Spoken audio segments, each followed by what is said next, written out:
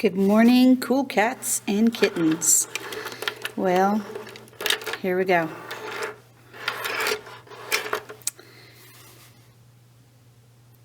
This week I thought, you know what? Let's change it up a little bit. Let's do something different.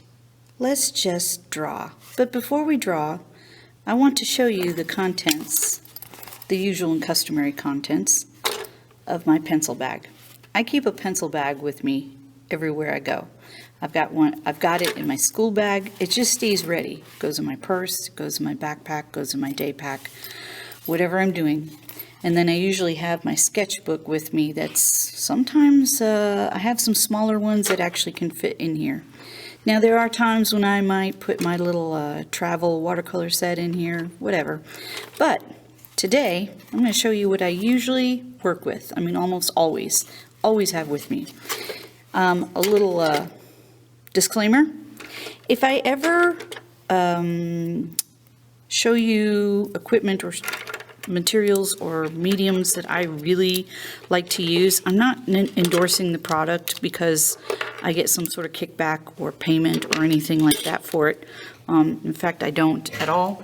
I'm just sharing with you the things that I love and use the most. And as you can see, I've got a lot of microns, and I've actually got more than this. I love microns because they come in such a variety of sizes, from pretty big, I don't know if you can see that, there, to incredible small. Let's see, there we go. See how teeny tiny that is? You can barely see it. So I love microns, but I'm not going to use those today. I use those more for detailing and other things. Of course, pencil sharpener. Always got to have a pencil sharpener on you. And I've got several of those. I love having stuff like this for a straight edge. I have a little teeny tiny one. I have a bigger one. Triangle, squares, what do you call those? Compass. We all know how much I love the compass for drawing circles because you can go from pretty small to pretty big, and it's so easy to use. Love that. I found this at Daiso. I love it because it has these other little circles if I don't feel like doing the compass and I just want to do something really quick as like a stencil. I love clear rulers. This is just a 6-inch ruler. I love it because it's clear and I can kind of see through it, and it's kind of worse for the wear, but I still use it. I've had this thing for years. Oh, look, eye drops. Yeah, for my contacts. Oh, and a nail file. We're not going to talk about that. An eraser. No, or a couple. Whiteout pen. I actually don't use this for correcting anything. I actually use it to kind of draw with. And of course, a pencil, right? Oh, chapstick. There you are. Okay. I have some Staedtler and a Prismacolor pen. Markers. These are felt tip markers, permanent markers. These are really great. Most everything that I use is archivally, for archival preservation. It means that it won't deteriorate and will last pretty much forever. I don't use these very often. These were actually gifts. These are what I use. These are, wow. I keep thinking that that's like pencil shavings and stuff in the bottom, but I think that's from my pencil pouch. Oh, that's disgusting. Yeah, I think that's kind of something that's coming out of my pencil sharp. Okay, these are the things that I use most. And actually, truth be told, those are the ones that I use the most. Because Sharpies can be found anywhere. I love Sharpies. You know, especially back home in the States, I could go to a Walgreens. You can just walk in anywhere and find Sharpies. You can find them here in Japan, too. I've been at NAFCO and stumbled across them. So, yeah, Sharpies are universal. I have a fine point, I have an ultra fine point, and then I have a jelly roll, which is just a white gel pen. You can find white gel pens here and there, but usually I will order like a package of them. And back home I can just go and pick them up at the Art Center, which is a place in Memphis, Tennessee. where I get a lot of my supplies, or I can order them from Blick or Jerry's Artorama or something like that. And I think Michael's and Hobby Lobby, places like that, carry them. I love these, so I use these to draw with quite a bit too. So I'm just going to set that to the side and put up the extras, except for these. I'm going to grab one of each. Okay, so you'll notice I have a problem, y'all. I have a problem. I collect those. I love this fine tip Sharpie. It's like ultra fine, smaller than that. Makes very nice detailings. And this, I think, is like a gel pen. See, it doesn't have a felt tip to it. It has just a regular like ball tip. So I'm thinking this is a gel pen, but this is excellent too. It's really good. And these are all things that you can find here locally too, where we live. All right, so today I'm just going to show you how I approach drawing in my sketchbook. My sketchbook is just for every day. I think you need to draw every day, but most people think you have to have these like finished, beautiful products. Sorry, I'm just doing this off camera. So like everybody thinks that every page should look like this. I mean, and in my eyes, this is just a sketch. But to other people, it looks like a complete painting, drawing, whatever. But really, it's for coming up with your ideas. It's for sketching. This I know I did in a meeting because I get bored. I do all kinds of just drawings, notes, notation, sketches. Sometimes I come up with something a little bit more involved. Sometimes I don't. So don't treat it like you have to have every single solitary thing done. So what I'm going to do today is, because I am trying to kind of relax, is show you kind of what I do on a daily basis. Is I just go in cold. I don't have a drawing. I'm not really sure what I'm going to do. I just have my few and faithful markers beside me. I have my sketchbook, and I'm going to begin to draw and just go with it. If it turns out bad, okay, it turns out bad. If it turns out pretty cool, awesome. But just don't feel pressure that every page has to be perfect. And what I'm doing is actually kind of what I consider doodling. I'm not doing anything spectacular.